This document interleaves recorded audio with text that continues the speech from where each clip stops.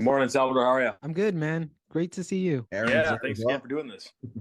No, thank you all for coming. Seriously, this is awesome. I'm excited. Hey, great. Ray, thank you so much for making the time. We have a lot to talk about. Basically, the topic today is going to be how you went from 12K per month just a year ago to 42,000 per week in less than a year. So that's the topic, huh? That's the All topic, okay?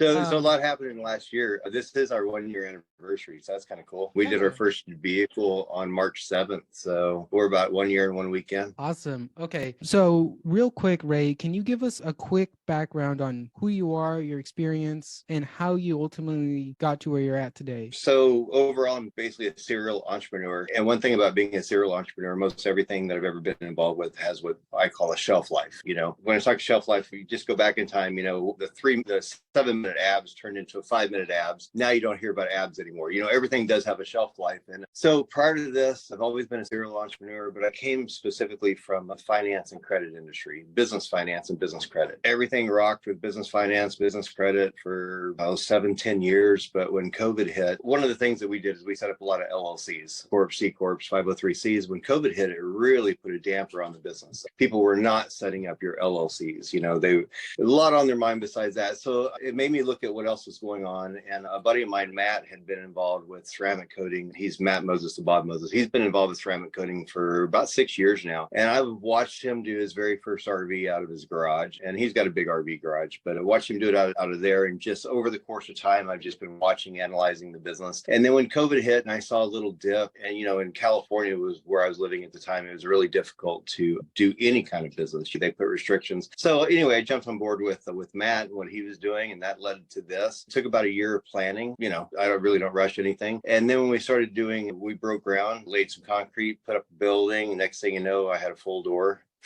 We had a lot of business, and it just kept coming in nonstop. A little bit of history even behind doing this. I observed Matt, but once I got involved with this, I do, outside of like the business credit and finance, I do come from advertising background. So when me and Salvador met and I realized how much experience you had with advertising, then it gave me the opportunity to, instead of doing business credit, finance, and advertising, gave me the opportunity to focus on my business and hire a professional. 100%. Awesome. And tell me about the first month, because we met later like the second half of March, right? Right. But you opened doors the first half of March. Can you tell me what that first month looked like? And then, you know, going forward from there. Well, the first month looked good. You know, everyone anticipates a grand opening. And being that we were a franchise, you know, I had a lot of business coming in just from corporate from the day I opened. One thing we did get a lot of support from corporate. So I think I had about 40,000 in business off the bat, but then that ran out.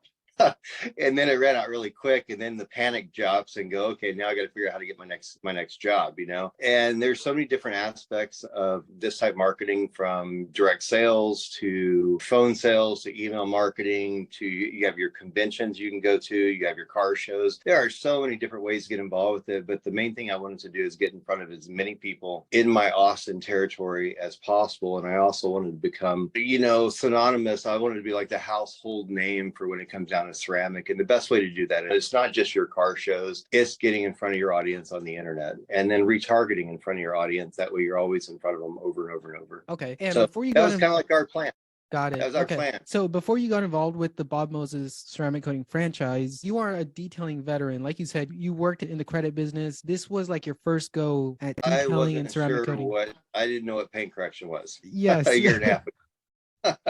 Even the term paint correction sounded so confusing, and I've always known what buffing and polishing and that kind of stuff is, but when you talk about paint correction, wow, it sounded like a term that, like, wow, it kind of blew me away, and I just tried figuring out as we went. So yeah, I probably had the least amount of experience of anyone on this call. Yeah. And so, well, except for I've done 600 cars this year, so I'm catching up quick. Yes. And that just goes to show that, like, with the right marketing strategy, with the right advertising, with the right sales process, you can really go from 0 to 100 in less than a year, which is what we're going to talk about today, that entire journey up until this point. And I do want to mention, for those watching on the replay, or maybe if you're watching this in the future, we are not even in spring yet. So I can't even imagine what spring and summer is going to look like for your business, Ray. Yeah, so January, it was not an exceptional month. We were just firing on all cylinders. I think we did 97,000 in bookings in December, which was my first December ever. So I don't know if that was good or bad, but it was acceptable. And And then in January, we booked 187,000 just this past January in bookings with deposits. And then we dropped down to 145,000 last month. And I'm trying to keep it on pace to do 150. And with the advertising that you do, Salvador, it's very, very easy to scale. So if I wanted to do $200,000 in business, I know that you can scale it up to 200. I could hit 225 next month. I just don't have the manpower for it. But it is 100% scalable. We can adjust, we can make changes, but it always works out in our favor.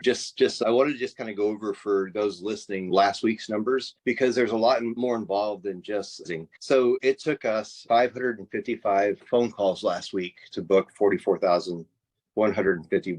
So we booked $44,000, but it just didn't come flying in our front door. There was a lot of effort behind it. And I do have a couple sales guys, and each sales guys, they put in about 50 phone calls per day. But since we started advertising, Salvador, me and you, we've generated about 5,000, little over 5,000 leads since last March 17th. Wow. So when you've got 5,000 leads of people that have an interest or have shown interest in ceramic, how do you get your product in front of all 5,000 of those leads we've generated over the last year? And I do that by way of email marketing. And so doing email blasts, kind of give you an example. So last Friday I did an email blast where I sent all 5,000 of those emails out, just with pictures, offers, that kind of stuff. And I had a 51% open rate. So when I talk about being a household name or getting your company name or your business in front of people, email marketing is a great way to do it. But it does consist of putting all your leads in a bucket and then strategically doing an email. But I did an email blast on it.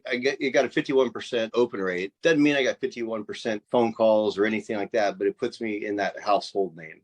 So yeah, I think email marketing, staying on top of your leads, every single lead is important. And so I just did an email blast before this phone call. It took me 15 minutes, but I'll be again today. And I do it twice a week. I only email blast once a week, but for everyone that does not open that email, it'll automatically resend it a different date. So once a week I'm doing an email blast, but it just keeps Bob Moses and keeps our company name in front of our audience constantly. And I think that's key. If you disappear, you ghost your audience, they lose interest. 100%. And just curious, what is there like a specific day and time that you're sending out those emails? No, you strategically, I would send it out on a Wednesday, and anyone that doesn't open that email by Friday, it'll automatically resend. So I'll get a 30% open rate right away, and then it resends on Friday. That'll get me to 50. I think Wednesdays and Fridays are the best. I think between 11 and 12 in the morning. If you do an email blast at 8 a.m. in the morning, you're probably going to get buried underneath a lot of other companies. So I just think Wednesday and Fridays are good. But then a lot of times I have too much business for the week, so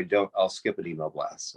If we're overbooked, or we're actually booking out for August now. So August is quite a ways away. Okay. So let's talk about how somebody can get to that point where they have a list full of 5,000 leads. Let's just talk about the journey from the buying journey that somebody would take with you guys. So, Detailers Growth, we'll create the ads, we'll create the campaign, we'll run the ads, we'll do everything we can on our side to get you those leads. But as soon as somebody submits their information, can you walk me through what happens afterwards? Yeah. So as soon as a lead comes in, right, it comes in real time, it gets passed out in real time. So it goes directly to our sales reps within minutes of it coming in. And our sales reps are 100% on top of it. So our lead costs in this particular Austin area, which is worth it all day long, is $17 per lead. And Salvador, you've seen us spend as high as $30 average per lead.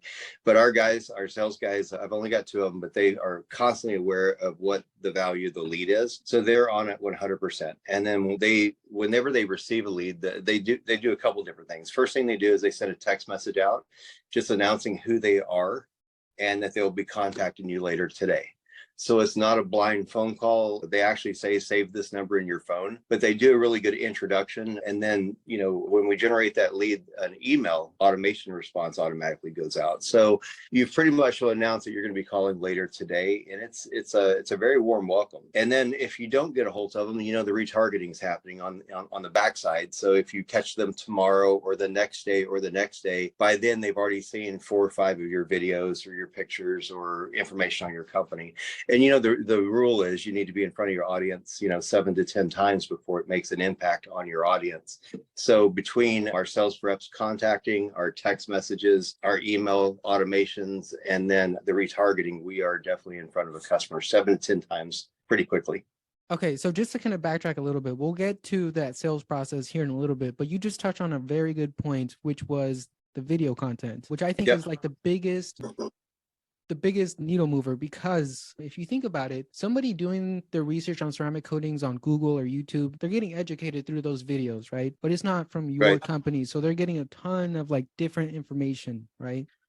Which is great because they're getting educated on ceramic coatings, but it's not specific to your business. Whereas somebody on Facebook, they're scrolling on their timeline and then your video pops up. And let's just say they've thought about ceramic coatings in the past, but they don't really know a whole lot. Now we have the opportunity to go ahead and educate that lead directly. Ray, can you talk about your video content strategy? Yeah, so there's 4 or 5 videos that I try to do as often as possible. And I know that everyone that's on this phone call has the Facebook page, obviously, but if you have a business Facebook page, you're watching all your competitors and they're producing better and better and better videos. So if you're not shooting videos, you're falling behind. And the other thing too, still pictures are great and all, and I love doing still pictures. I come from a photography background, so I love it, but it does not give you the impact that a video would. And so the main video that we do is what to expect when you drop your vehicle off. And so I understand not everyone has a shop, but it could be what to expect when I show up at your house, what to expect when I show up at your office, what to expect when I'm working on your vehicle. So the what to expect, it's a very detailed, when you just start off and you explain a little bit about paint correction. You don't have to over explain it. These people don't understand what it is. And when you talk about how it's a necessary step to prepping your surface for ceramic, you can explain it and break it down to an elementary style explanation, but then they're going, oh, that sounds great. How much is it? And that's exactly where I want my customers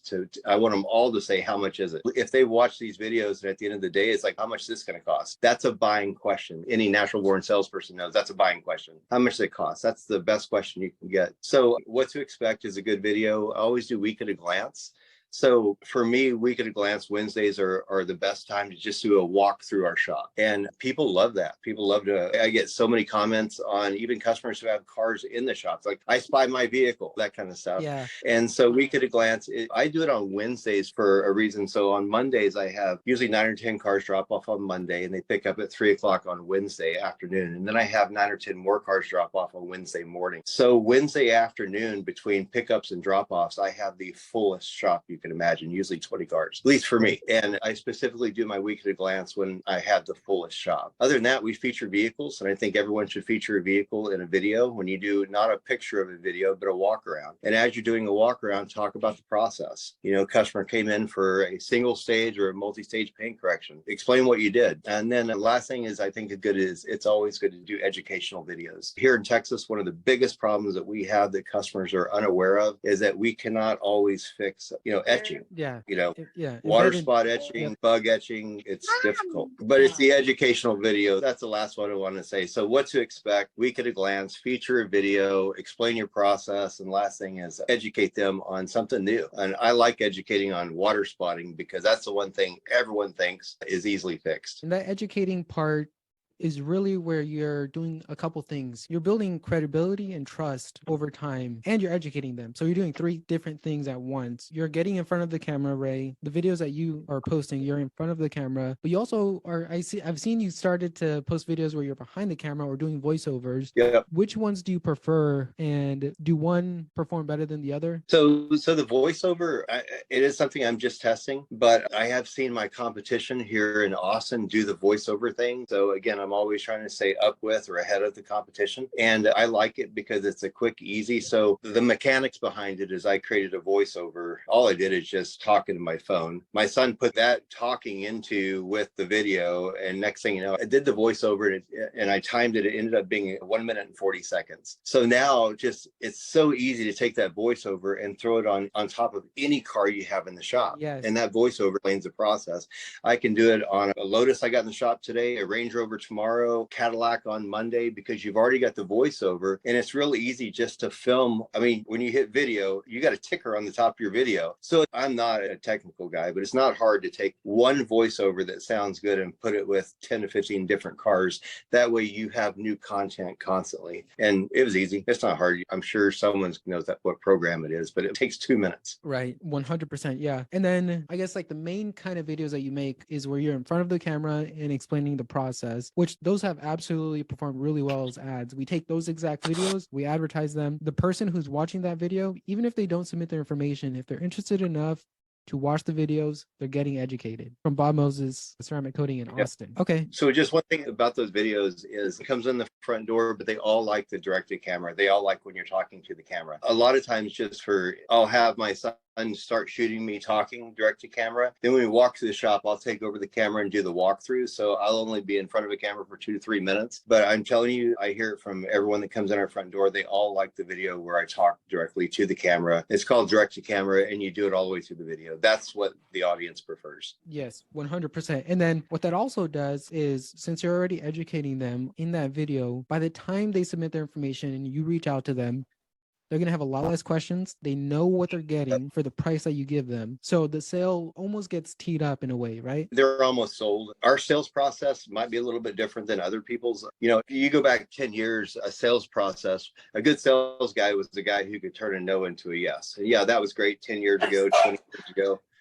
30 years ago, anyone that could take a no and turn it into a yes, that's a good sales guys. But nowadays there's a thing called objection elimination, where it statistically shows it's less work just to get the yes right off the bat. And so objection elimination is how we sell this. So we don't get a whole lot of questions at the end. And the way I do my videos, it's all based upon objection elimination. So when I get done, you're not asking what paint correction is, or you're not asking what the purpose behind decontamination, or are you using the same ceramic on my tires or my wheels as you are my windows, that kind of stuff. So it's objection elimination is what works for us. And I think at one of the last sales calls or in our meeting that we had, people were asking, well, how do you overcome this? How do you overcome this? How do you overcome this? And we don't have to overcome a lot. I mean, typically the only question people ask us is, how much is it? And so when you've done your objection elimination to eliminate the process, really there's nothing left to talk about but schedule and cost. Yeah. So, and that's exactly one of the key points that Aaron talks about also. So earlier in February, so I think a month ago, actually, we had an in-person sales coaching event. Aaron was one of our speakers, and he talked about exactly that in depth, which is being proactive and getting in front of those objections before they even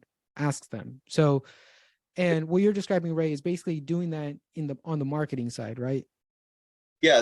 So that's where the videos come in. I would say a third or maybe even half the time that someone calls in for a quote, they're already like, I already know what you do. I've watched every video. Yeah, I know it is. You don't have to explain that to me. I already heard all about it. And my sales guys will still say, well, to do my job, I have to re-explain it to you. Yes. And so they'll still go back through it, and you build a lot of rapport when you're going back through it. And then you're able to build value on a personal level that I can't build value on an audience level. So It's a complete process. But when your scripting mirrors your videos, which mirrors what you do in the shop, it really just comes down to scheduling and pricing. Got it. Okay. So now that we know that, or how the marketing side can help the sales side, what happens next after somebody submits their information? So we know that you're going to send them an email, text, let them know that you're going to call. You're setting that expectation up front. And then can you walk me through what happens on the phone call? So on the phone call itself, we go through scripting, probably like everyone else has your scripting. The biggest part of that phone call, and I wrote this, but I do our face-to-face sales, the people coming in. But when we get to the very end of the scripting, in scripting, I think that the two most important things, let's just start with scripting. Right off the top, when you get a customer on the phone, by way of your lead, the year, make, and model. So the very first thing that you have to do when you're talking to a customer is let them know that, hey, I'm going to take a quick minute and Google your vehicle. I need to know exactly what you have in your driveway. And that is so key that you talk about, I know exactly what you have in your driveway. Otherwise, you do run into situations, well, let me send you a picture, or let me do this. Again, it's an excuse. But when you pull their vehicle up on Google, you know everything from that vehicle 0 to 60. You know the name of the paint that's on that vehicle. When you start spouting off things to customers about their vehicles, you build confidence in the fact that they know exactly what you got, or I know exactly what you have in your driveway. So I think it's super important in the very beginning, you just illustrate that you know exactly what they have in their driveway. And then this right here, this is the key. If y'all take anything from this conversation, and I learned this from one of my sales guys, his name is Gus, and he does a thing that we call gush. He gushes. So you have to sell them on their own car. If you can't sell them a car, you can't sell them on spending $2,000, $3,000, $4,000 more on their car. So that, so basically, like, just to kind of put that in other words, is basically show them or tell them how great their vehicle is. If it's a Exactly. special color, mention it. If it's a special model, mention it. If it's new, all of that's outlined in the sales script. They already think it's great. They bought it, and Right. they wouldn't be interested in the paint protection unless they had some type of love for this vehicle or, wanted to fall back in love with their vehicle. So I think where Gus really taught me a lot in the sales side of it is I was acknowledging what they owned and drive, but I was not selling them back on it. And you should hear it. He's like, you drive a 2007 Hummer, and he can go on and on about when a Hummer, they came out in 2003, the H2s, and it doesn't matter. You drive a Mustang. Oh my God, what color is your Mustang? How many horsepower? Get them talking about their vehicle. If you can sell them on their vehicle or get them excited about their ownership, then it's easy to get them excited about doing something for their vehicle. But I really think at the beginning of your scripting, it's super, super important that you acknowledge what they have, what they drive, and that exactly what's in their driveway, and then get them to talk about their favorite parts of it. Ask them about the hood scoop, the matted out paint, the wheels that's on there, how long they've had it. You got to make them fall back in love with their vehicle. And then we go through scripting wise, we go through the paint correction, decontamination, the ceramics that we use. But I pulled this up, and I think this is the closing that our guys use that is very effective. It's what we call transition to the sale. And Yes. So the videos that we have online, the content that we have online, everything that we have online covers everything as far as the process, with the exception of transition to the sale. And so with transition to the sale for us, basically it says, there's two last things I want to go over with you. It's pricing and scheduling. Pricing is the easy part, scheduling is what's tough. And so again, that right there is letting them know that scheduling is tough. You're putting more emphasis on one versus the other. Pricing is easy. Scheduling is what's tough. And then we explained how far we're booked out. And, we are booking for August now. I do have a lot of gaps in between, but we've got cars all the way into December. Very few, but we're that far out. These people, they're buying cars today, and they're getting them delivered 9 months from now, and they're already booking for that car that they just schedules, whatever. Right. So, but anyway, so if you just explain, see is everything. So explain, how far you're booked out. And even if you're not booked out, that's fine too. Just say you're busy. But we just go straight into pricing. It's simple. We charge $2,500 for any car, truck, or SUV. So you're looking at $2,500 for your vehicle. And that's the last time we mentioned $2,500. That's all there is to it. You remember, pricing is easy, scheduling is tough. We charge $2,500 for any, and everyone's got their own price point, but for any car, truck, or SUV. So $2,500, that's a price on your vehicle. Scheduling is a bit tougher. So we immediately change to scheduling. And just so you know, right now we are wide open, and just looking at the schedule in June. So I let them know we're wide open in June. I know that's like, a few months away, but let me check and see if we have any reschedules. And then I just get into the deposit. We take a 10% deposit to put you on schedule for both paint correction and ceramic coating. So that's only $250 to get you on schedule today. Let me look at our reschedules, and I put them on hold. And typically when we're going through our scheduling, we can always find a spot. And like next week, I've got 21 cars, and I guarantee you only 18 will show up. The Right. 3 won't cancel, but for some reason they won't be able to make it there on Monday or Wednesday. So rarely do we have cancels, but we do have a lot of reschedules. And so the cool part about a reschedule, especially here in Texas, is these people in Texas, they are people of their word. If they say they're going to do something, they typically do, unless they moved here from California. Sorry. But anyway, so when you say, let me look at my schedule, and this is where the selling comes in, you say, let me see if I have any reschedules coming up, make them wait. And, we will find 1 or 2 spots that are available. I'd say, well, we do have 1 spot available. You'd have to drop off on Monday, Tuesday, or Wednesday at the latest. Check this out. If you can fill my reschedule, you're actually doing me a huge favor, and I'll take $200 off. And there's a lot of logic behind that. I mean, I've had when I first started this company, I had my shop staffed up, but if I had 2 or 3 reschedules, now the gross revenue my shop has is way less. If I have reschedules, sometimes I've had to send guys home early on a Wednesday before. So my guys got to eat. So when I say do me a favor, I really mean do me a favor, take this spot.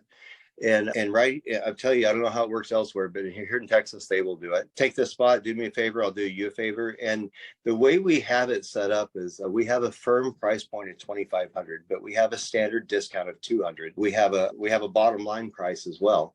So somewhere between our firm price and our bottom line price, that's where the art of negotiation comes in. And that's where your sales skills come in. If they can't take that reschedule, then what's the next one that you can take? How are you looking at the end of May? So it's a never ending art of negotiation. This is your firm price. This is if you can do me a favor. And if you need to think about it, get right back to me. But I've got one spot available for that week, Got it. Okay. So just to recap, I got 3 sales guys trying to fill it. So get back to me quick. Okay, so just to recap, you follow up, text, email, and then your sales reps calls them. You go into in the beginning part, you're building that rapport, right? Where you're really adding a lot of value to what they have in their driveway.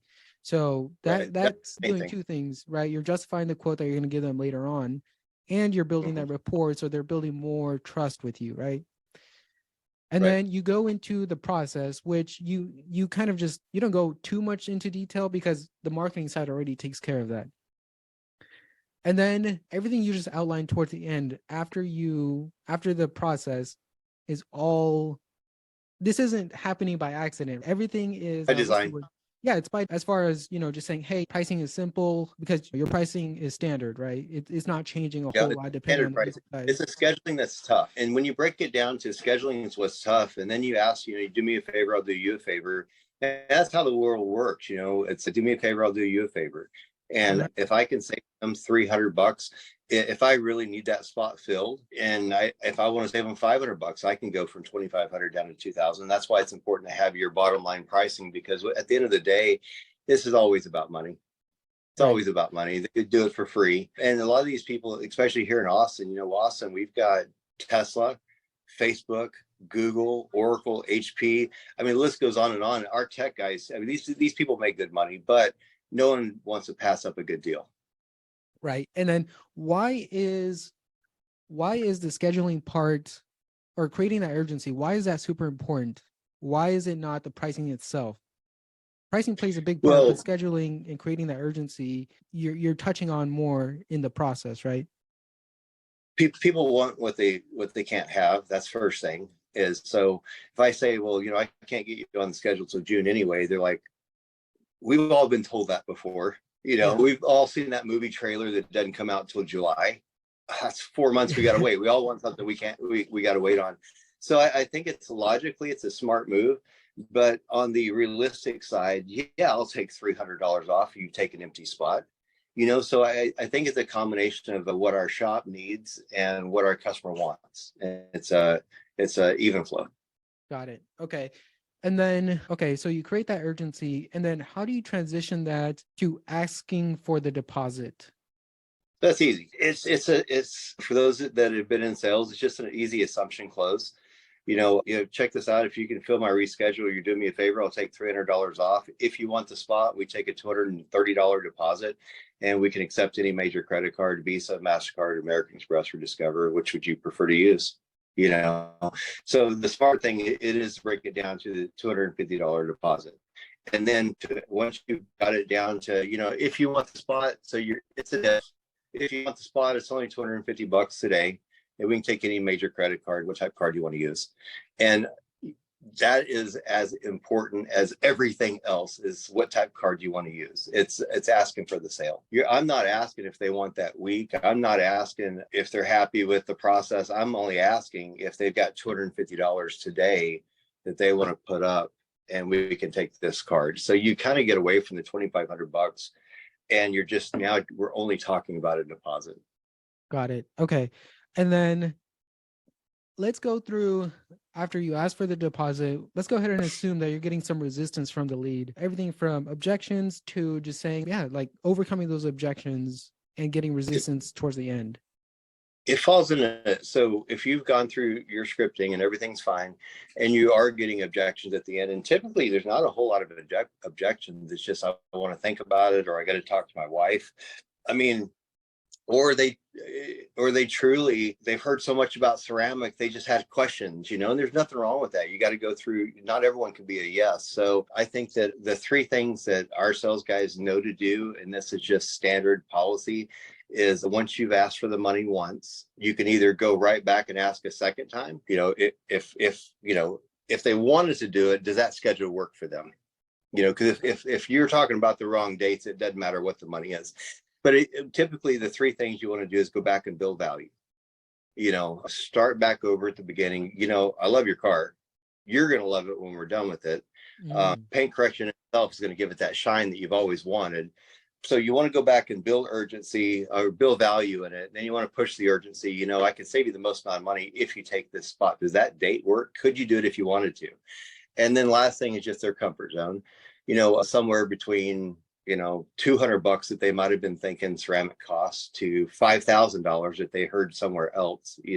Somewhere in the middle is that comfort zone. What are they comfortable at spending? And again, it's $250 today, but sometimes it's just as easy to remind them, you don't owe the difference till we're completely done with your vehicle. Once it's been through paint correction, decontamination, completely coating, and just plan on spending 10 to 15 minutes with me when you show up. I want to go over aftercare instructions, blah, blah, blah. And, what type car do you want to put that on? You should be asking, what type car do you want to put it on three to four times? It's just standard. Okay. So let's just play out some scenarios. Okay. So let's say a lead comes in. Let's say it's not a super old vehicle, but it's not super new. Let's just say it's like a 2018 sedan. Okay. So what if they are completely thrown off by the price and they're like, wow, I actually was not expecting it to be $2,500. What were you expecting? What were your thoughts? Maybe sometimes remind them how many hours we put into each vehicle. The number of hours varies depending on the vehicle. And there are certain things like on an older vehicle. So some vehicles we sell the showroom condition. We're going to put your vehicle back in the showroom condition. On an older vehicle, and 2018 is not even old, but on 2013, 14, or 15, then you want to sell the transformation. We're taking your 11-year-old vehicle and we're going to transform it back to, or as close as humanly possible, to showroom condition. So on an older vehicle, you talk a little bit more about the transformation. On a newer vehicle, it's showroom condition. Okay. And then as far as the selling benefits, do you lean, or do your sales reps lean more on the protection side or the showroom shine side? Showroom, both.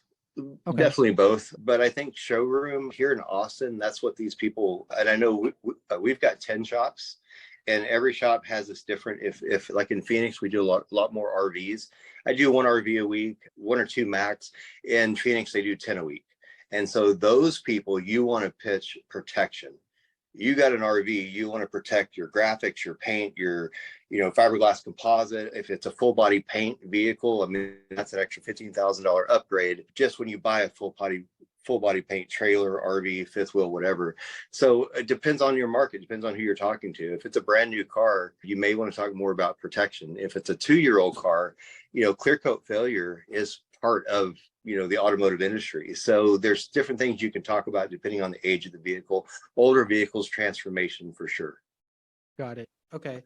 And then just to touch back on the objections, and I don't even know if you would consider this an objection or more of like I don't know what you would consider this, but what about those time delay kind of objections where they're like, let me think about it, let me talk with my wife? What do your sales reps reply to those? Again, when I lived in California and did business credit and LLCs and stuff, those were always just you're getting blown off. At least that was, but here in Texas, it's a little bit different. So you really have to read your customer.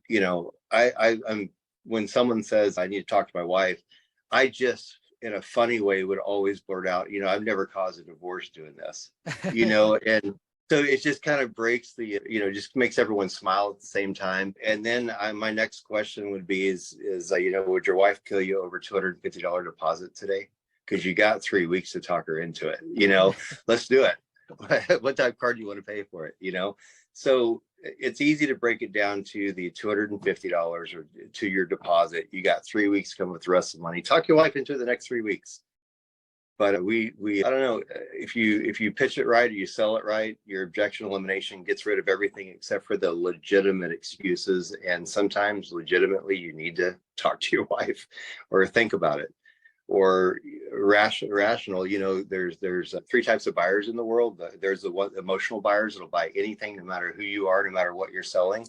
Then you got the buyers that are on the fence, and they could go either way, and that's where a good salesperson comes in. And then you got the other third that they're not going to buy, no matter who you are, no matter what you're selling, no matter what your price is. So it's reading your customers. Are they in this category where no matter what I said, they're not going to buy? They're in this category where they've been waiting for something like this, and then you got the ones in the middle, and the ones in the middle is what's the difference between a great sales rep or a poor sales rep. Good scripting, poor scripting, good objections or poor objections. Okay. And then I definitely do want to touch on, training a sales rep, what it looks like getting a sales rep, because at first you were following up with the leads yourself, right? Right. So just being that we were new to each other, Salvador, first thing I need to do as a business owner is follow up with the leads myself to make sure that they were quality leads, because if I can't sell them, what good am I doing passing off to someone else, Right. So I went through I sold all the way, I booked 50,000 a month was my average until July, end of June. And then I hired someone. And they came in, and being that they didn't have to run a shop, use a forklift, schedule stuff, do payroll, they booked 33,000 the very first week ever selling ceramic with your leads. Yeah. So, and a lot of that has to do with the initial sales process that you created, that you used yourself, right? Just to kind of go back to objection handling, Patrice here asks a really great question about what if a lead is like, they don't even let you talk, right? They're just asking for their price. They're like one of those leads where it's like, okay, hey man, I'm just calling. I just want a price. Give me a price. Give them the price. Give them the price. I mean, I'm just telling you that's that person that is sitting on that's that person that's over here that's not going to do anything. And if they are going to do something, they saw all your videos. They already know everything but the price. There's nothing wrong with letting someone go. Nothing wrong with that at all. But you do have to recognize what category they fall into. Right. If they're sold on your product and all they've got is a question about the price, just get to the price. I already know everything. Then get to the price. You could be $800 cheaper than the last guy who he said, just give me the price. So nothing wrong with being direct. Okay, so if somebody like that asks for the price up front, do you then go to the other parts of the sales script, the process? Yeah, build value. What do you have? What kind of vehicle do you have? Let's talk about your vehicle, because everyone wants to talk about their vehicle. Everyone is willing to talk about their vehicle. Okay. So it kind of redirects them back to the beginning of the scripting. Okay. And then I'm sure you know everything about paint correction, but did you know we do this? And then again, you're building value. You're going to come down to the transition of the sale and push some urgency. And then you might have quoted them $2,500 right off the bat, but they don't know about the favor you're about to ask, so now you're in that art of negotiation. Got it. Okay. And then Johnny here asks a really great question. When it comes to the sales reps, how do you pay them? Is it a flat percentage, or what does that pay structure look like? Yeah. So compensation plan is typically not something I would throw out there, but just for my sales guys, they collect a 10% deposit and they keep that deposit. But I do want to say that my sales guys have worked for me for over 7 years, and I've moved them from the business credit and finance into this. And my sales guys, they live in nice places. They drive nice cars. So it's not like the $15 an hour guy that you get off the street. So, typically they make $2,000 to $3,000 per week, but I can count on them for anything. Fill a reschedule. I'm always full due to the sales guys that I have. So again, it might be more affordable to pay an hourly rate, but I'm already attached to these guys and I already know their capabilities. There was never any question whether they could do 100,000 between the two of them ever. So, okay. So this is a great question. What did that look like? So in the beginning, again, you were following up with the leads, you were calling them yourself. And then what did that training process look like when you brought somebody from outside of the industry to learn the industry, learn the sales side? What did that look like? So, and interestingly enough, my front desk woman, Shauna, she's never done sales ever before. And so she's like the true test of, I think she worked at a Mac counter at Dillard's or one of those places in retail. but that's about it. So, I wrote a script for her, the same one that my sales guys have. In her first day, she booked $8,000 in business, very first day. And Wow. then slowly 4 jobs right off that very first day. But then slowly her sales started to decline, and it's just she got away from the scripting. And so it took me about 4 to 5 weeks of working with her just to get her to realize that just do this and do this only. And that brings another thing. If you want to be consistent, you can't be consistent in anything if you're trying something new every day. And I think what we've done is we found the scripting that works for our shop, the price points that work for our shop and our customer, and we do the exact same thing every single time. It's a consistency. Our sales guys, I have them on Ring Central, which is business phone lines for those of you that don't know. Ring Central, I just looked at their daily calls for this week. I know that Rob Frost dialed 111 times yesterday. So that data, it is important, but I can also listen to their sales, listen to their calls. So when you set expectations for your salespeople, and then they specifically follow a script, and their goals are 55 to 60 dials per day. So there's more expectations than just providing good leads. I have to know that they're dialing.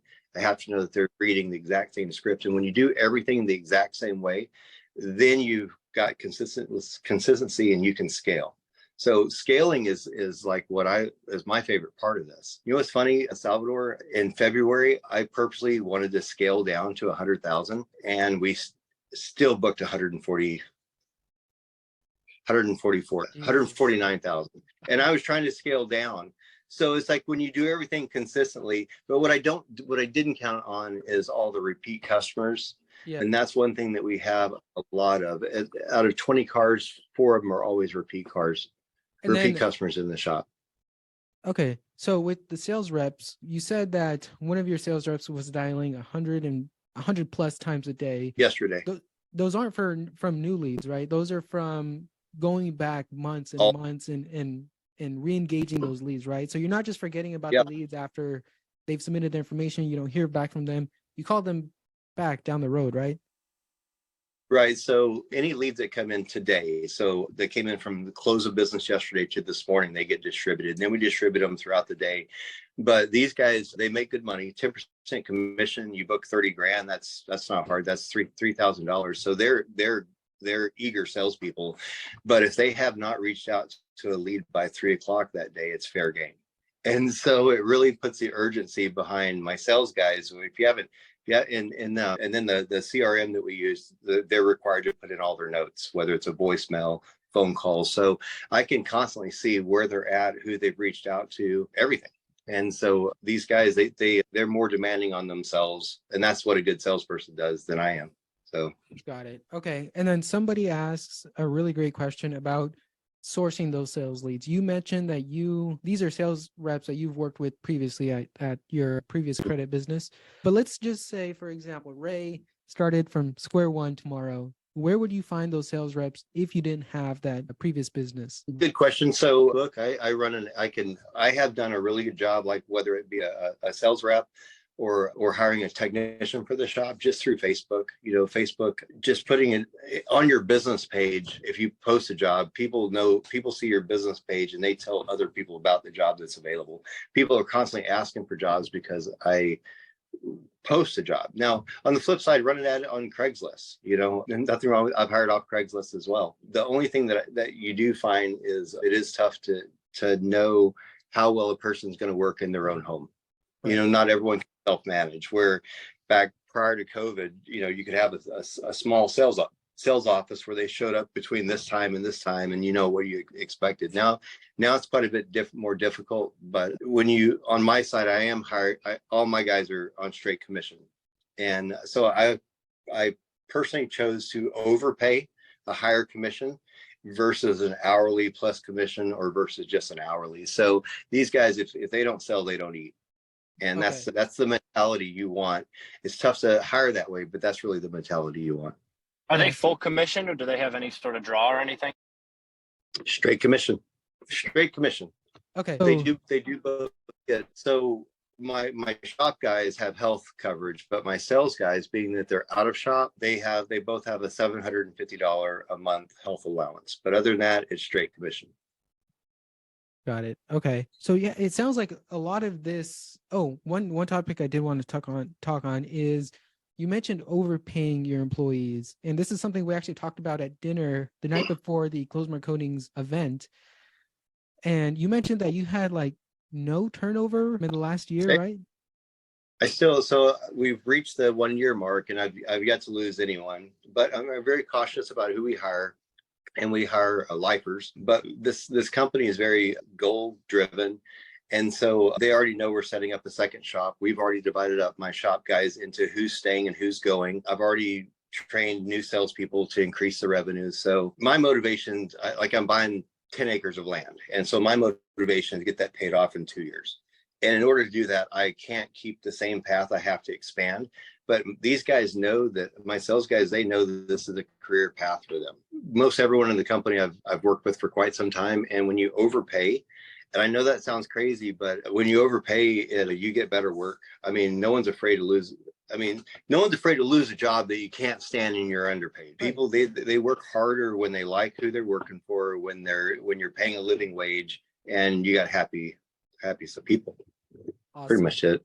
That's great. We've covered a lot today, from the marketing side to your entire sales process, overcoming objections, getting deposits. I'm going to go ahead and open it up to open floor Q&A to those on the Zoom call. I'm going to go ahead and start off with Johnny, and then I'm going to move over to what I see on my screen. So Patrice would be next, then Miguel, and we'll just go down the line. If you have any questions, Just say no questions or type it into the chat. So Johnny, I'm going to go ahead and ask you to unmute.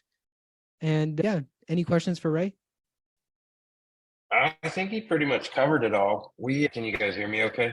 Yes. Hey, Johnny. Yep. Go ahead. Okay, cool. No, I think the biggest thing for us, we're scaling out. As you know, Salvador, I mean, we started this thing as a side business. And it's been going crazy, absolutely crazy. What was like, oh, hey, my son and I starting a side business doing some boats and stuff for an extra $5,000 a month has turned into $50,000 a month, and we're small.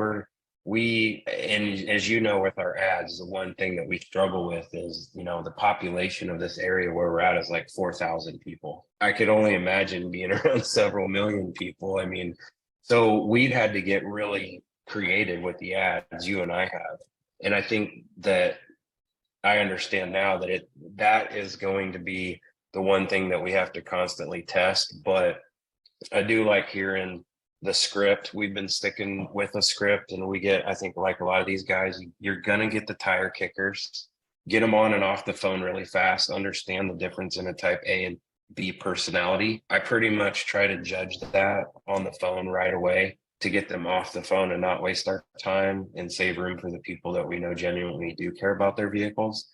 Right. So I think everything that Ray was saying was really, really spot on. I think for a lot of guys like us, it's the transition between you doing literally everything, all of the marketing, me and you working together, doing the employees, and then me going out there and detailing also. And there's like that little hump that you're trying to get over to where you're like, okay, I need to be able to train someone to do the things like sales. For example, that's kind of where we're at. That's why I asked that question, is that's what I was thinking of doing. I never thought of doing it as the deposit, but that's a really good way of putting it. So I appreciate that. One thing, and I think if I can interject just quickly, one of the best, if I was to rehire even for sales, one of the best people I would pull would probably be someone from already in the shop. When this doesn't take, I mean, really, we're talking ceramic coating, no offense to myself or anyone, but it's kind of a glorified detailer, right? Mm-hmm. You're a really glorified detailer. You have a higher price point. You do something that, buffing and polish do. But I'm telling you, this does not take a great salesperson. Like I said, I do have two phenomenal salespeople, but Shauna, literally, God bless her, sounds like she's reading it word for word. And because she's saying the correct stuff, these people are cool with it. So if you are looking to hire, I mean, maybe throw a polisher in a guy's hands for 2 weeks, and then he understands, you know, and can put emotion behind it. But it's easy to pull someone from within the shop and get them to adjust. It's not. It doesn't take a salesperson extraordinary. Put it that way. No, I think you just got to find the right. There's a lot of people like my guys in the shop, my son and the other guy. They're fantastic at doing what they're doing, but they're also 20 years old. And you and I both know. I mean, you're talking to these guys, like we know our customers through the software and Orbis. I know that the bulk, you know, 92.5% of our customers are male, and they're basically 50 and up. That's the bulk of them. So I think some of it comes from me being on the phone, talking to them, involved in several businesses and having another business and stuff. There's a certain level of trust when you get a guy that's 50 plus years old who's successful. He's used to calling a detail shop and getting someone young that's not very forthcoming on the phone, maybe professional, but just doesn't say the right things. And that's kind of where we're at now, is being that we're small. We're trying to just scale, look at, you know, efficiencies of how long does it take to do a coating? How many coatings can we fit in the shop before we look at building a new shop? Again, this all happened within just like the last 2 years. It was started as a side business. And then with all of the same background you have, taking my background from other businesses, I'm like, you know, this is a really scalable business. So now we're just looking at, one, our efficiencies in the shop every day, and then two, you know, just looking at the leads that we get in and looking at how can we always improve upon, you know, the whole customer experience. We get a lot of people that, you know, they're like, these guys call us back, they're open and honest about it, they did an amazing car, you know, or we want, just like you guys, all 5-star reviews and results. And so I think what happens is, and you were probably here, is you get to that point where you're like, man, everything's firing on all cylinders. Everybody's super happy, 5-star reviews. So you become a little reluctant to bring in new blood because you're afraid. You're like, okay, it's a well-oiled machine. It's working really, really well. But in order to scale, you've got to add people. And that's like me. I'm burning the candle at both ends like crazy, and just trying to figure out what makes the most sense. If I'm good at the phone and I'm good at the bookings, then it takes me out of the shop helping them. And I love having a buffer in my hands and working side by side with them. But I realize I can't work in the business and work on the business. And I think that's what a lot of smaller guys have an issue with, is if you're out there working all day long and don't check your phone and you don't get back to those people, that hot lead turns into a cold lead really, really quick. And so there comes a point in time, like me, I'm starting to peel myself back and just work the phones, because I figured there's no way I can train someone to be successful at this until I feel like I'm 100% at it. And that's kind of where we're at right now. And that's why I was kind of exploring the different options for a salesperson, you know, and that's kind of where I'm at, is I think percentage of revenue. The guys here make really good money. And I think whoever the salesperson is an extension of you as a company, and that's going to be the only person that they have any interaction with. So you have to make sure that those people are, you know, on the money. They know how to handle potential objections, things of that nature. So I think the art in all of this is, you know, Salvador knows the leads, and I do think that every business is different. Him and I have tested. Some guys go fully automated. I can't do that. We have a text that goes out that's, you know, hey, just confirming that you want this. And then boom, we immediately text back and call back. And we've tried to go the full automation route, but we're like you guys, we do so much to these vehicles and it's so high end that a lot of these people don't want that fully automated, you know, text from front to back. So we're just testing, okay, we got the lead in, we're gonna call them back. And then we've kind of been testing the scripts from there, because we do a lot of marine down here and we do a lot of autos. And so we kind of have to change our tune just a little bit because we know the marine so well. That's what we're known for. So I do think the biggest thing is just overcoming that hump of where some of these guys and maybe other guys on the call are doing, you know, they're literally doing everything themselves, you know, paying their guys, doing the marketing, shooting the videos, ordering your supplies. That's where we're at. And I think there's that little hump you got to get over and delegate that stuff, which I think you've already gotten there. We're kind of just to that point now where I'm like, okay, if we're going to scale this, we need dedicated salespeople. And And I think that's what I'm seeing where you're at, the numbers that you're doing, where we're at. I think that's where we need to be at is having a sales team doing those sales. One thing that when we transitioned from just myself doing it like you're doing it now into having sales reps, it wasn't an overnight process. I continued to book as they continued to learn how to do this better. So our revenue did not drop at all. But just because I hired someone, it didn't change my personal responsibilities. So I think maybe in your situation, just keep booking. But when you hire someone, that's a perfect opportunity to train, And Ring Central is really good about recording phone calls. So not a better way to train than listening to a phone call they made. That's you could train so much faster when you hear everything they say, and you can show them where they lost that sale, or show them they did 100% correct. No one would have got that customer, So, but yeah, I just definitely had to continue to book. My responsibility to my shop was $50,000 a month. So I continued to book that as I hired. And once they got better, I eventually a month and a half later, didn't have to do anything for sales. Okay. Awesome. Good Great. deal. Thank you so much, Johnny. I'm going to go ahead and pass the mic over to Patrice. Hey, Ray. Hi, Patrice. Hey, so as we were exchanging there, I had a potential client that had called back and he wrote stop on the text message, even though I kind of warmed him up hey, it's me, I'm going to call you back during the day. I guess it wasn't fast enough because he asked me for the price. So how do you sell $2,500 ceramic coating jobs? That's the first question. The second question, I'll give you a primitive example in my area. The average price here for a coating is around $1,500. So how could I scale up from $1,500 to a higher price point without losing those potential leads to somebody that will have a lower price point than for I'm not saying for the same service, but not for the same ceramic coating. Right. So just a thought is, I think the first thing is how do you, the first half of your question, the answer was build value. You just have to continue to build value in what you do and what makes you different. I mean, a watch is a watch, but there is a difference between a Rolex and a Citizen. Here in Austin, what my biggest issue is, I've got these tons of people advertising $399 ceramic coatings.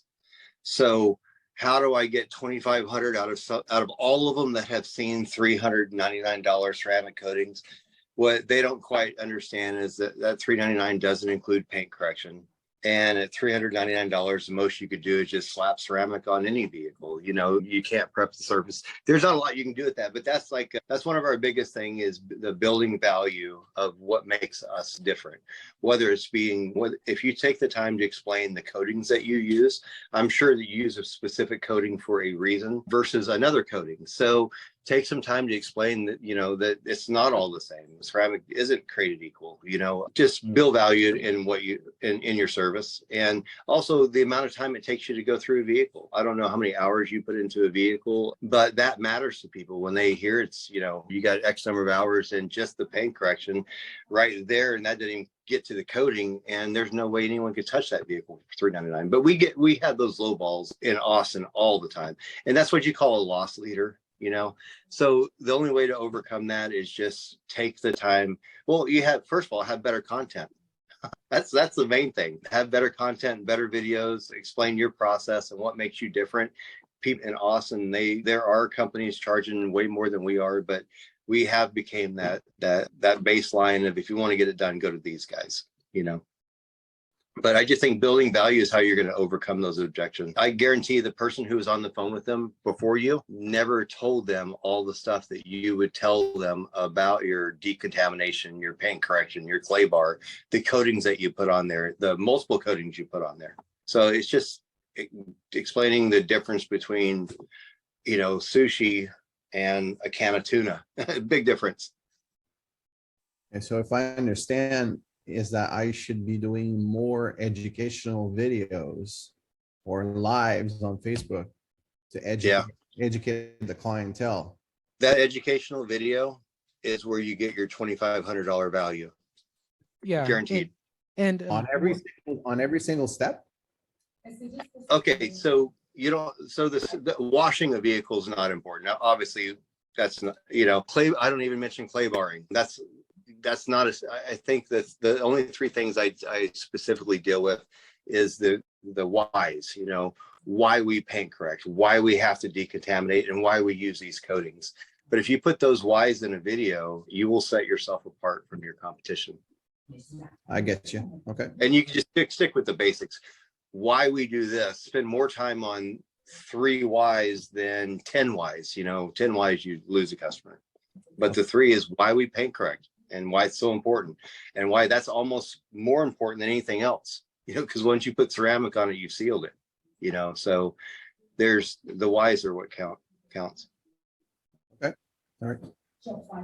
awesome. Thank you so much for those questions, Thanks, Ray. Patrice. I'm going to go ahead and pass the mic over to E83. Hope I'm pronouncing that right. I'm going to go ahead and ask you to unmute. Yeah, I hear you guys. Okay, perfect. That's great, man. Thank you. Do you have any questions for Ray? So I'm just tuning in right now, just listening to you guys sales pitch and everything. I've been in the business for a little bit and for like around 5 years, but I haven't been like taking it as serious as I could be. So I'm still working on my sales pitch and actually booking ceramic coatings. I don't really get too many too often. I do like regular washes and interior details. Okay. So at this point, I'm just trying to like scale up and use Orbisex to book my clients and stuff. Okay. So I've just been just tuning in and trying to learn from you guys. Okay. All good, man. Thank you for joining us today. I'm going to go ahead and pass the mic. Okay, thank you. Okay. Khalil, you're up next. I'm going to go ahead and ask you to unmute. Can you hear me? Yes, loud and clear. Okay, perfect. So, Ray, I just had a quick question. I mean, to be honest, I have a lot of questions, but I'm not going to drown everybody with those. So, in terms of the content that you're creating, the videos, I really like the voiceover, put it on top of a bunch of different vehicles. Now, that one I'm definitely about to shoot right now. And then the one that you do, the informational one about the steps in the process. I've watched a couple of your videos. That's the one where you talk about the buffer, the three polishes, and Right. the It's installation of the coating. Yep. Okay, perfect.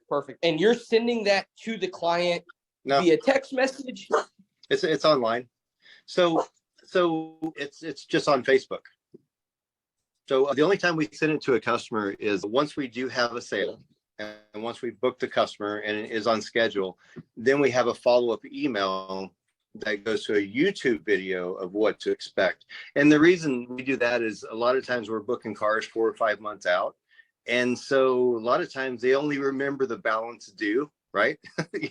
You might have got a 10% or 20% deposit today, but 4 months from now, all they remember is how much is owed. So we send out a couple of YouTube videos that remind them of what we're going to do with their vehicle when they drop it off. But that just helps retention. So once you have a sale, you want to keep that sale on the books. But other than that, it's just the content is just for Facebook. Gotcha. And then we use that content for retargeting. Gotcha. Okay, sounds good. That's my only question for now. I appreciate it. Hey, Okay. I remember you from Salvador had that meeting here in Austin, Yeah. and you had a lot of really good stuff to say. One thing that I will say that it's crazy that our customers do like when it does come down the videos, and I've seen a couple of your videos as well, is when you take the time to like illustrate your products, whether it be your polisher, your pads, your props, the stuff that you use people love that. One of the things I'll hold up like a Makita, a polisher. I'm like, this is not something you typically have in your garage and you can't borrow it from your neighbor. Yeah.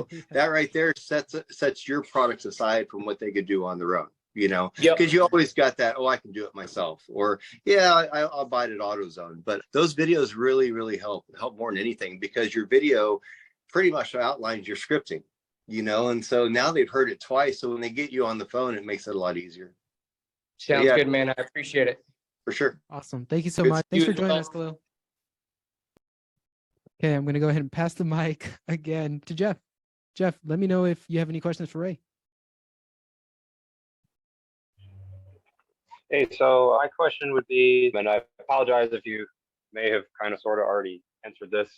I've been working at the same time and whatnot, but basically, I guess, how are you guys able to, one of my main goals is I need to get my prices up. And the trouble I'm having with that is it's like we're kind of all getting the same clientele through Facebook, right? And I feel like on the day by day basis, I'm constantly being either just priced out by someone cheaper or just constantly being told that my prices are just too high. And, I'm charging a fraction of what Bob Moses charges.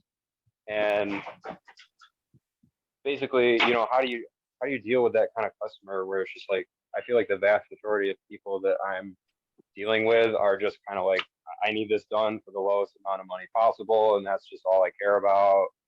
And it's like you're kind of just constantly just getting people scared off by price, and it's just like I don't really know how to deal with those kind of people because it seems like that's just all that matters to them.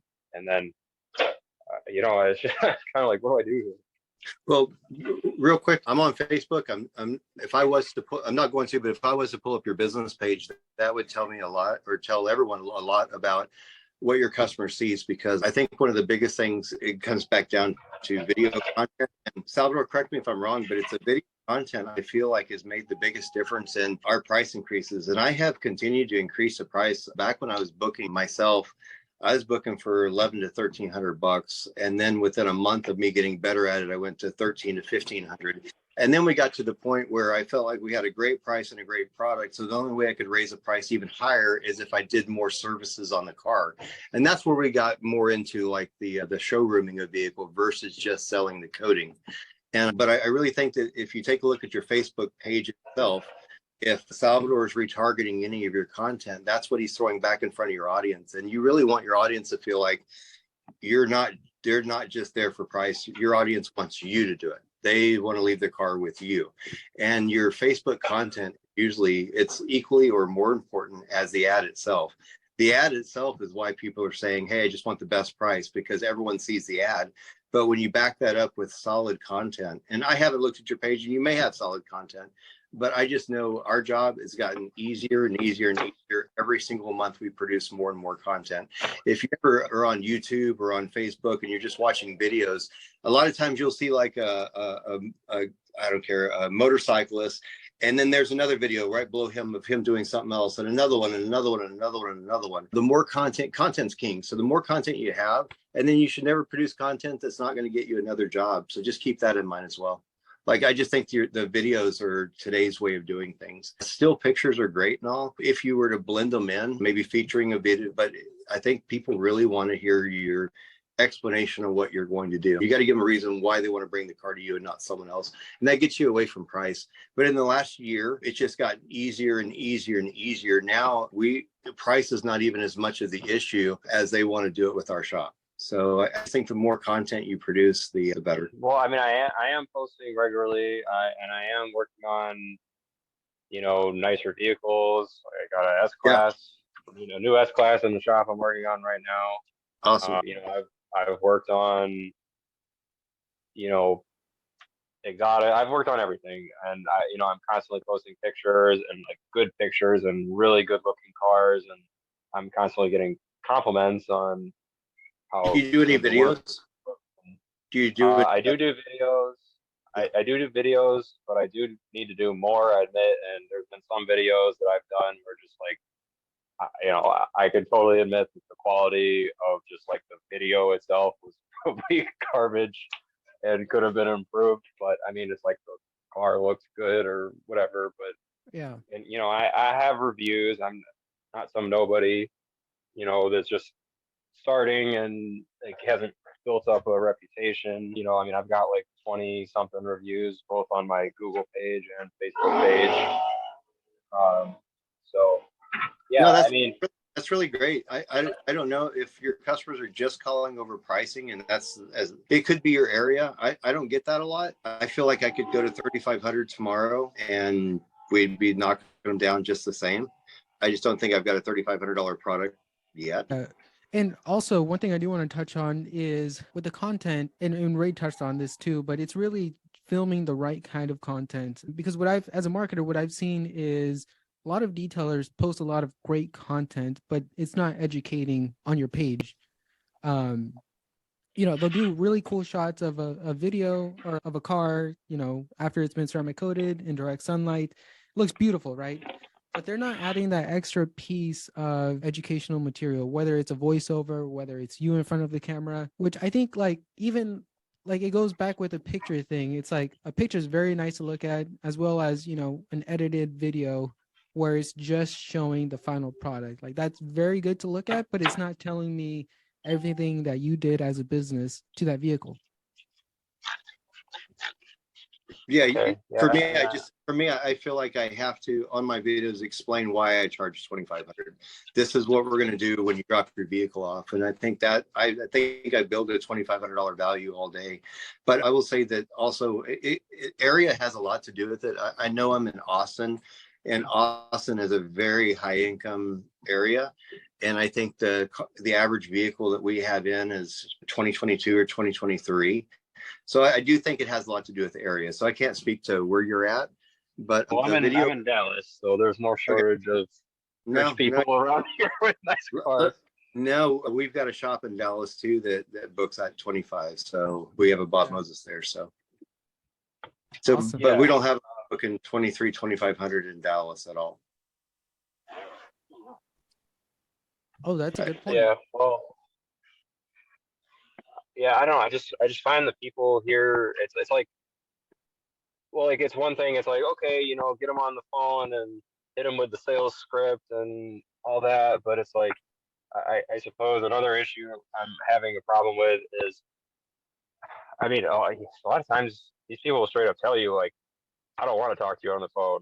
I just give me the damn price so I can shop around and get my quote and get down to the cheapest guy. And I'm not saying that's everyone, but I've heard that.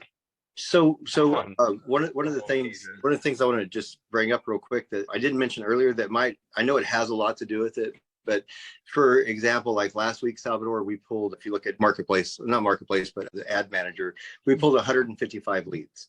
So you got 155 leads, that's total, and you got 2 sales guys that are making over 500 phone calls. So a lot of the times what they do that you might want to try is whenever they reach out in the morning just to say, hey, I'm going to contact you later today, a lot of times they know right there if it's a dually pickup truck or a F-250 or a Corvette or whatever it is, they'll send completed pictures. So we have a complete picture file of every vehicle. I'm not gonna say every vehicle, but we have a very extensive picture file. So you've always heard pictures paint 1,000 words. So when we reach out to the customer in the morning and say, hey, you requested a quote on your vehicle, I'll call you this afternoon, save my phone number. Here's a few vehicles just like yours completed. I forgot to include that into what we said earlier, Salvador, but every single lead that comes in, I've got a picture of a vehicle like they've got. And if I don't have that pickup truck, I'll send them 5 or 6 other pickup trucks that are completed, done. And so at least it gives them something to look forward to when we call back. A lot of times they'll answer for that reason. But yeah, send pictures. We send pictures out to every lead, whether they buy or don't buy. Yeah, I'll have to do, I have done that before. I do need to do more of it. If someone says, hey, I need to think about it, can I call you back later today? That's the guy you want to send 10 pictures to for sure. But we have an extensive picture file that's available that we send. I mean, just about every sale we have initially started with some picture of some vehicle similar to what they've got. And then the nice vehicles too, I do Ferraris, I do McLarens, but Ferrari and a McLaren is not going to get me another job. It's that dually pickup truck here in Texas. A picture of a sexy dually is going to get me another job, not a high-end McLaren. So, right. I mean, one thing I've been highly contemplating is, maybe I just need to hire like a dedicated salesperson, because I'm finding that, I'm a one-man show here, and I am busy, like I am doing stuff. It's not like I'm not getting business. I just need to get my prices up. But I'm busy with jobs almost every day, so it's hard for me to, I guess, get every single person on the phone and have an extensive conversation with them, and like sell the shit out of it. No, it takes real discipline when you set aside X number of times, and the discipline of setting, this is my start time, this is my finish time, and all I'm going to do is call in between and send out pictures. It's discipline. It definitely is. But regarding raising your prices, raise them. There, if you do, if the work you do is higher value than what you're charging rate today, think about rate point, and there's nothing wrong with taking a couple $100 off if you need the job. So if you build value in a $2,500 service that you're going to provide, and on my side, we always have reschedules. Rarely do I have 20 out of 20 coming in, but if just raise your prices, and then even if you have to bring your prices down to give them an incentive to do it, it's better than if you stayed at where you're at. The main thing is you just don't want to overprice and under deliver. So as long as your price is equivalent to what you're delivering or what your customers' expectations are, raise your price today. I used to do three. I used to get the revenue off 3 cars, and now I get the same revenue off 2 cars. We just do more to those 2 cars, but I'd rather do that. Yeah, I was kind of keeping the prices. I was just kind of dealing with the lower prices, at least for the time being, just as we were kind of ending a little bit of the off season. Don't set your prices based on your competition. Set your prices based on the value that you do. Well, I was keeping them lower, at least just in the winter time, and then once we hit kind of like peak busy season, then I was going to crank them up. Yeah, crank them up now so you're ready in the busy season. Yes. I would. Yeah. Yeah, I think by the end of this less learning curve, but those pictures really do help. If someone said call me back, call them back with the picture. Also, our text messages, we do get a lot of inbound phone calls, because that initial text, when our sales guys get a lead and they say, hey, you know, I'll call you back later on this afternoon. You requested a quote, you sent a few pictures, and then the last thing that's on there is why wait, call me now. And it's got their phone number and it's click to dial. So it does encourage a lot of incoming phone calls. Okay. All right. I will give all that stuff a shot. Raise your prices what you feel your value is.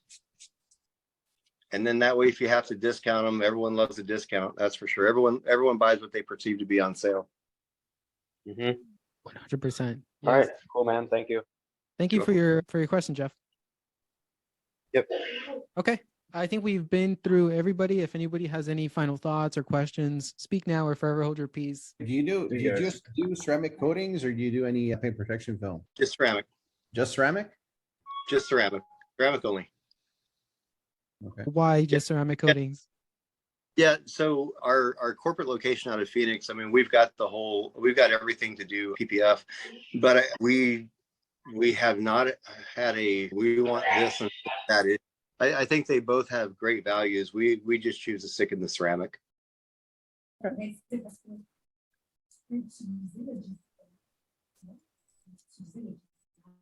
Got it. Good. Okay. Makes sense. Awesome. No, it makes sense. Awesome. Okay. Any other final thoughts? Awesome, guys. Awesome. Thank you all for being here, Ray. Thank you so much for making the time.